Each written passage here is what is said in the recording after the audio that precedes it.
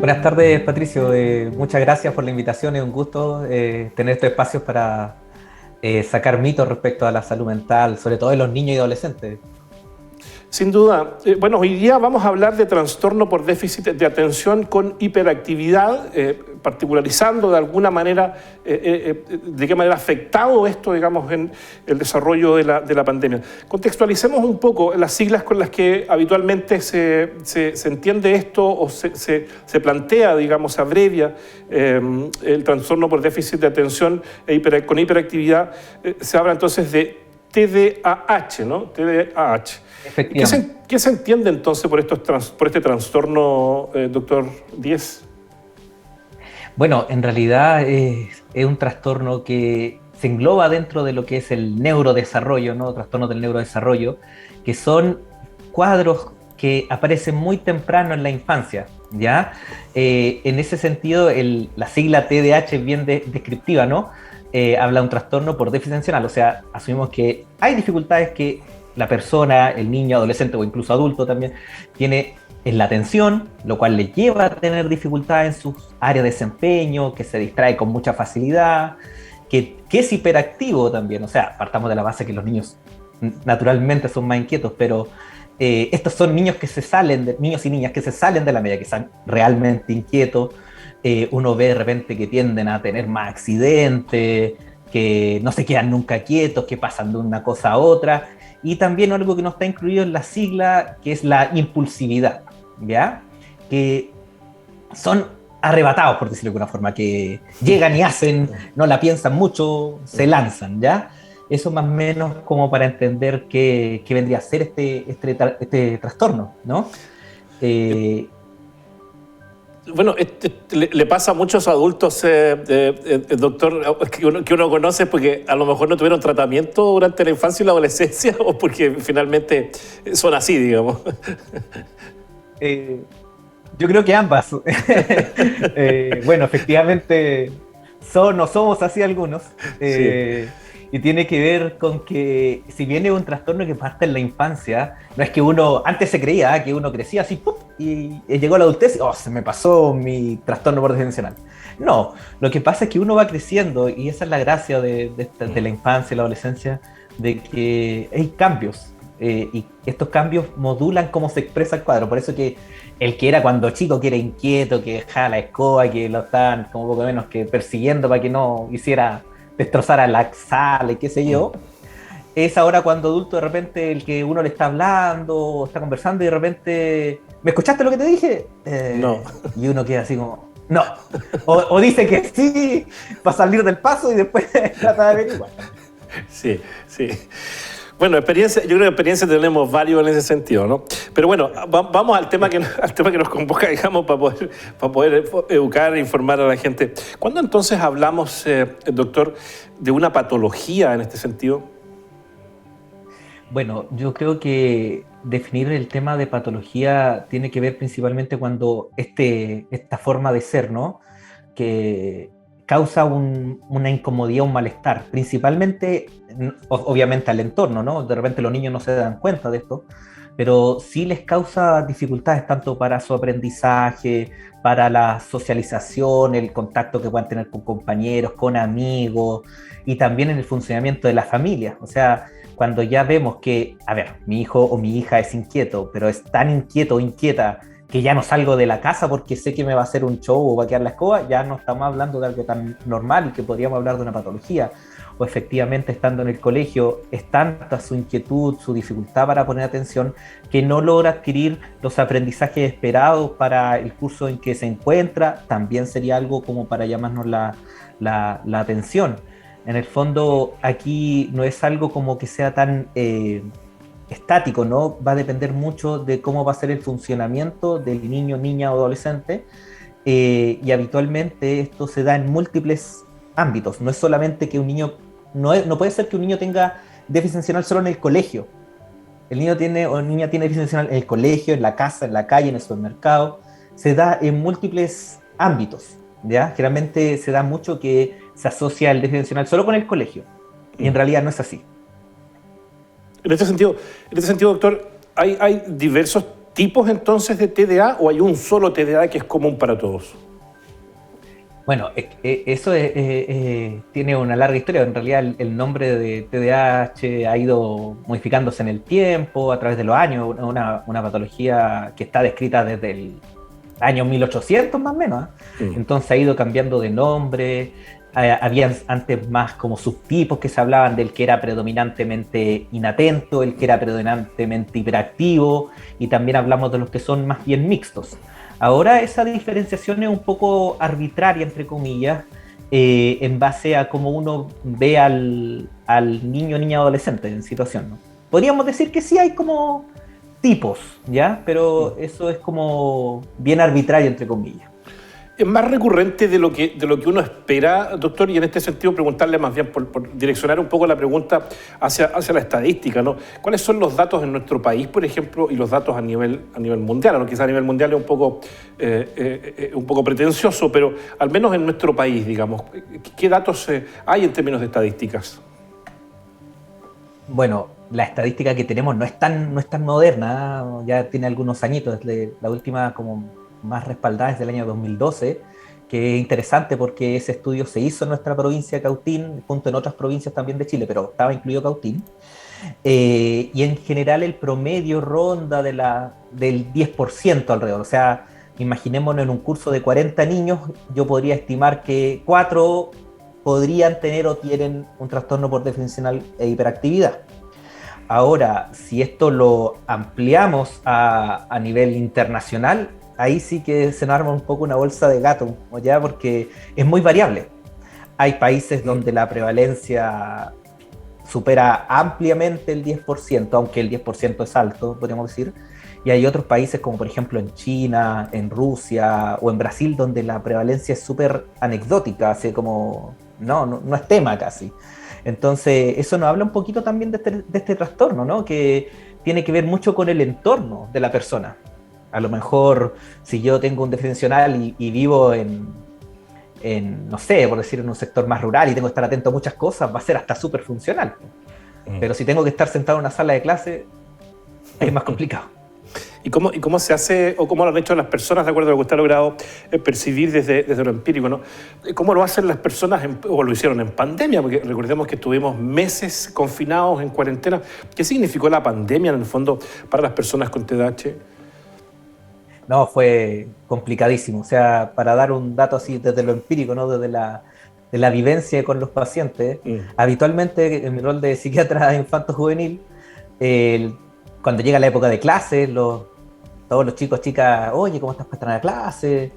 No quiero entrar, no quiero volver, no, quiero seguir de vacaciones.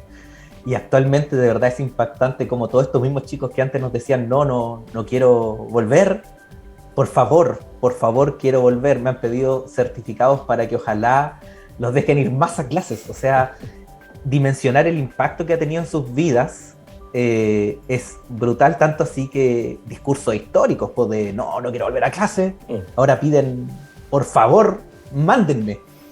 A ese es el nivel de impacto que tiene, porque de verdad, si bien las clases online ha sido una herramienta necesaria, hay que entender que si ya me costaba poner atención en un ambiente que tiene que estar diseñado para que yo ponga atención a un docente, o sea, está el docente adelante, están todas las mesas y sillas orientadas hacia adelante, muchas veces algunos chicos que pacientitos tenemos, les decimos por favor colóquenlos adelante, denle las instrucciones claras, y eso ahora lo cambiamos por una pantalla, en la misma pantalla donde juego, donde me comunico con amigos, donde es mucho más entretenido ver un video que estar escuchando una clase, y después más encima me tienen que evaluar, y de verdad capté poco o muy poco de lo que trataba la clase. O sea, el impacto que ha tenido la pandemia en la salud mental y específicamente en este trastorno ha sido muy, muy grande.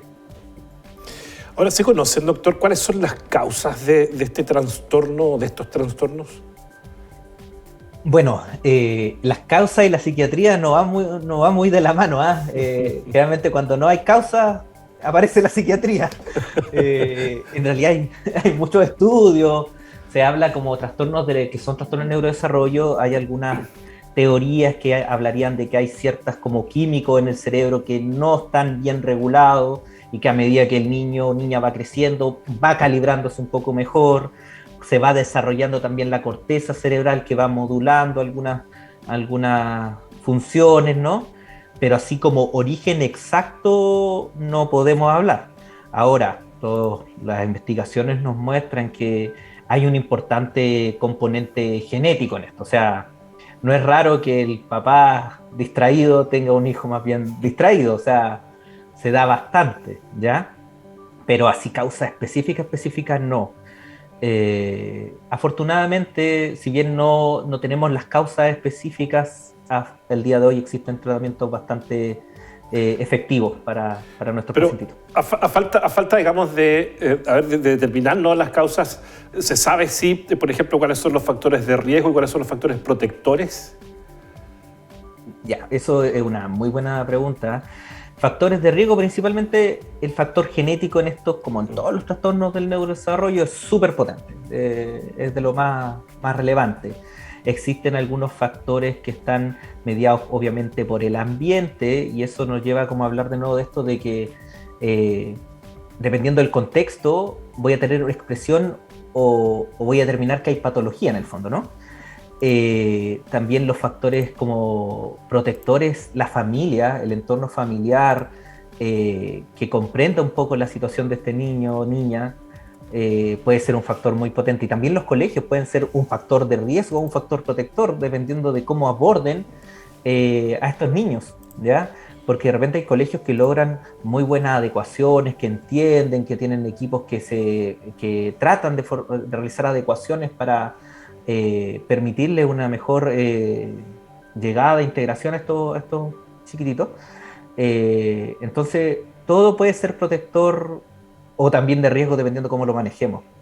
La familia, como les decía, tiene un rol muy protector, sobre todo cuando logran entender y logran realmente entender que, a ver, si él se está moviendo constantemente, ella se está distrayendo constantemente, no lo hace para joderme a mí, ya como papá, que no me hace caso, que no, de verdad lo hace porque no puede evitarlo y que está en un proceso a lo mejor que si logramos un tratamiento efectivo, un tratamiento adecuado, que eso es muy protector, de hecho está mostrado en estudios de seguimiento, ¿no? Como este es un diagnóstico que se conoce hace muchos años, de que las personas que fueron tratados en su infancia y adolescencia tienen mejores índices de salud en la adultez. Antes se hablaba mucho del tema de que los niños, como les damos medicamentos, eran más propicios al tema de la drogadicción, al consumo de sustancias, e incluso el tratar a estos chicos se ha visto que es protector para esas cosas. Así que en el tratamiento adecuado hay un factor protector muy, muy potente. ¿Y cómo se interviene hoy día? Yo me imagino que con el devenir del tiempo se han ido, por ejemplo, estudiando efectivamente los factores de riesgo y los factores protectores, se consideran a la hora de la intervención, ¿no? Para la gente que nos está mirando en la casa hoy día y que tiene, digamos, identificado que hay un hijo, una hija, adolescente, niño, en fin, que tiene, seguramente es probable que esté, digamos, siendo afectado por este trastorno. ¿Cómo le explicamos respecto a la intervención que se hace hoy día en esos niños y adolescentes?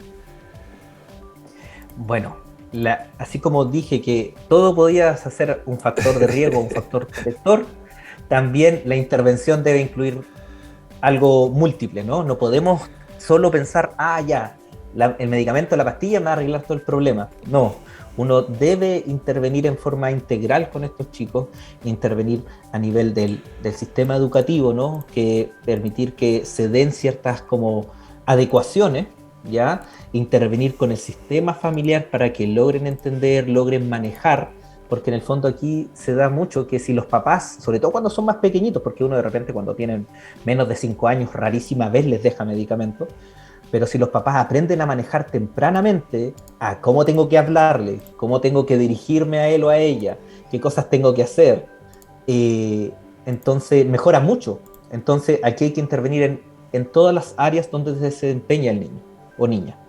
A veces pasa mucho que bueno, también soy papá, entonces de repente uno le dice, no sé, pues, Juan, tráeme tal cosa, o anda a hacer tu tarea desde una habitación a otra, por dar un ejemplo, ¿no? A un chico con déficit atencional eso como que pasó, pero soplado, o sea, no acusé recibo. Entonces de repente la intervención con la familia uno puede como ir enseñándole, a ver, esto, si tú quieres darle una orden o quieres que haga algo, vas o lo llamas, lo miras, te cercioras que te escuchó, le preguntas que, si te escuchó, que te repita la orden. Entonces esas cosas se pueden trabajar con la familia, ¿ya? Es muy importante, de repente uno no lo dimensiona tanto, los papás creen que solo pastillas ya. Es muy importante en el colegio, por ejemplo, estos que hablamos de que tengan apoyo de repente en algunas asignaturas particulares, que tengan un trabajo un poco más personalizado, porque si pensamos en una sala de clases donde hay un solo docente para 30, 40 chicos y tengo estos 4 pequeñitos con déficit atencional, yo voy a hablar y los 4 van a pasar, no me escucharon probablemente. Entonces hay que hacer un trabajo así a nivel integral en todas las áreas que se desempeñan. Y bueno, y los psicofármacos que a veces generan mucha como rechazo muchas veces, se ha visto que son una herramienta muy efectiva, muy segura. Hay que pensar que los medicamentos para el déficit atencional se usan desde la década del 1950 más o menos. O sea, para hacernos una idea, hay niñitos que comenzaron a tratar con déficit atencional y que ahora son abuelos. O sea, Claro. así sabemos que son bastante seguros y que de verdad lo ayudan. O sea, en conclusión, hay que intervenir en todas las áreas en forma complementaria. Y seguimos pensando en el concepto del apoyo, doctor, para la gente que nos está mirando. ¿Dónde recurrir en Temuco, en la región, por ejemplo? Si identifico que mi niño, mi hijo, mi hija, digamos, adolescente o niño, está pasando efectivamente por estas situaciones. ¿Dónde voy? ¿A quién recurro? A ver, existen múltiples alternativas y formas de llegar a un adecuado tratamiento, diagnóstico, tratamiento e intervención, ¿no? Uno es a través del sistema de salud, ¿no? Que lamentablemente en esta época se ha visto bastante exigido, ¿no? Lo cual como que genera un efecto dominó, ¿no? Como en APS se dedican, o Atención Primaria en Salud, se dedican solo al tema de COVID y todos los pacientes más crónicos de otras cosas van quedando de lado, pero una forma sería a través de los servicios de salud, consultorio, hospitales en algunas comunas más pequeñas donde no hay consultorio, solo hay hospital, donde debe ser evaluado por un médico y ojalá por el equipo de salud mental para tratar de identificar los aspectos más propios, como dijimos al principio de este cuadro. Esa es una vía. Otra vía es también a través de los colegios, ¿no? Porque como, claro, en el colegio la exigencia de estar atento, de estar concentrado es mayor que en otros, entonces aquí se nota más, ya en este ámbito se nota mucho más. Y los colegios también tienen programas específicos que pueden ir pesquisando estas cosas y tienen recursos que son asignados por el Ministerio de Educación a través del programa de integración escolar, donde pueden solicitar evaluaciones y también tienen recursos para las intervenciones también. Entonces hay múltiples vías por las cuales uno podría, como familia, acceder a una intervención, a un diagnóstico y a una intervención. No hay solo un camino. Ahora, desde su experiencia, doctor Díez, ¿cómo evaluamos la gravedad efectivamente de los, voy a decir, síntomas, de las conductas más bien que está presentando nuestro hijo, nuestra hija, nuestro adolescente? En general, en psiquiatría infanto-juvenil, la evaluación debe ser también en múltiples áreas de funcionamiento. ¿Cómo lo hacemos? Bueno, primero es súper importante la evaluación in situ con el pacientito, ¿no? En lo personal, a mí, cuando evaluar niños pequeños por videollamada es un desastre, no, por videoconferencia no resulta. O sea, pasa lo mismo que pasa en la sala de clases.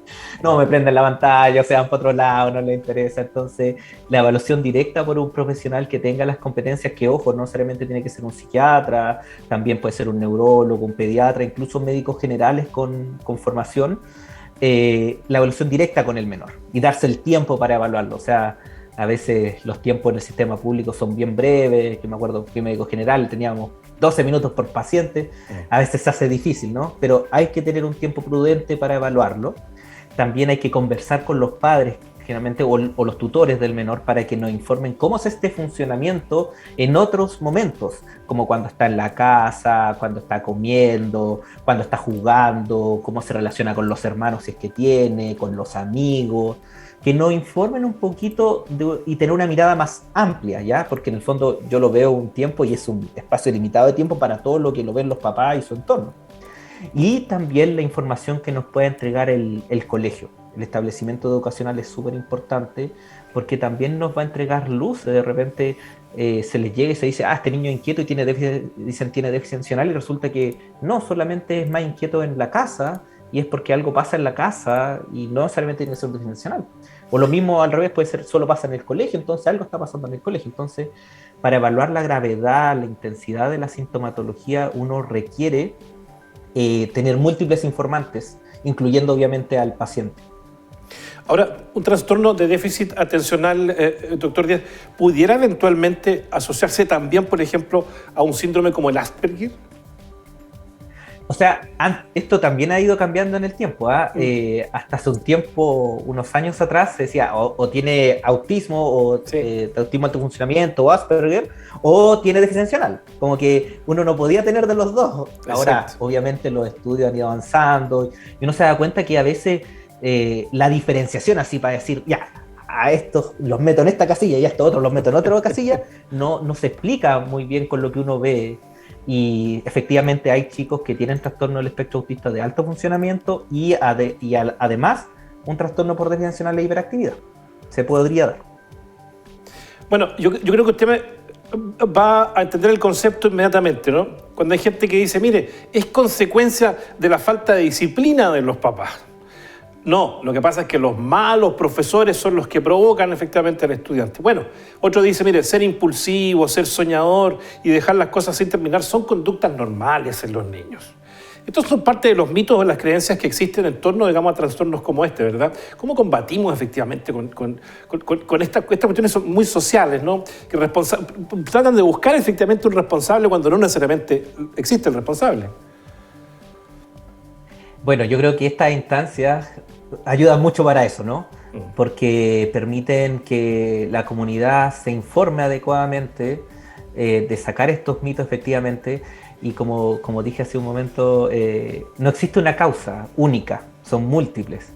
Por lo tanto, ¿puede ser que tenga que ver aspectos de la crianza? Por supuesto que sí. ¿Aspectos de la docencia? Por supuesto que sí. ¿Aspectos del menor? También. Entonces, caer en este como tema de quién es la culpa o quién es el causante es muy complicado y de verdad no se recomienda. Lo que hay que hacer es mejorar la funcionalidad del menor y de su entorno, porque de verdad esto puede causar mucho sufrimiento, ¿ya? Lo pasan mal estos chicos, de verdad lo llegan a pasar muy mal.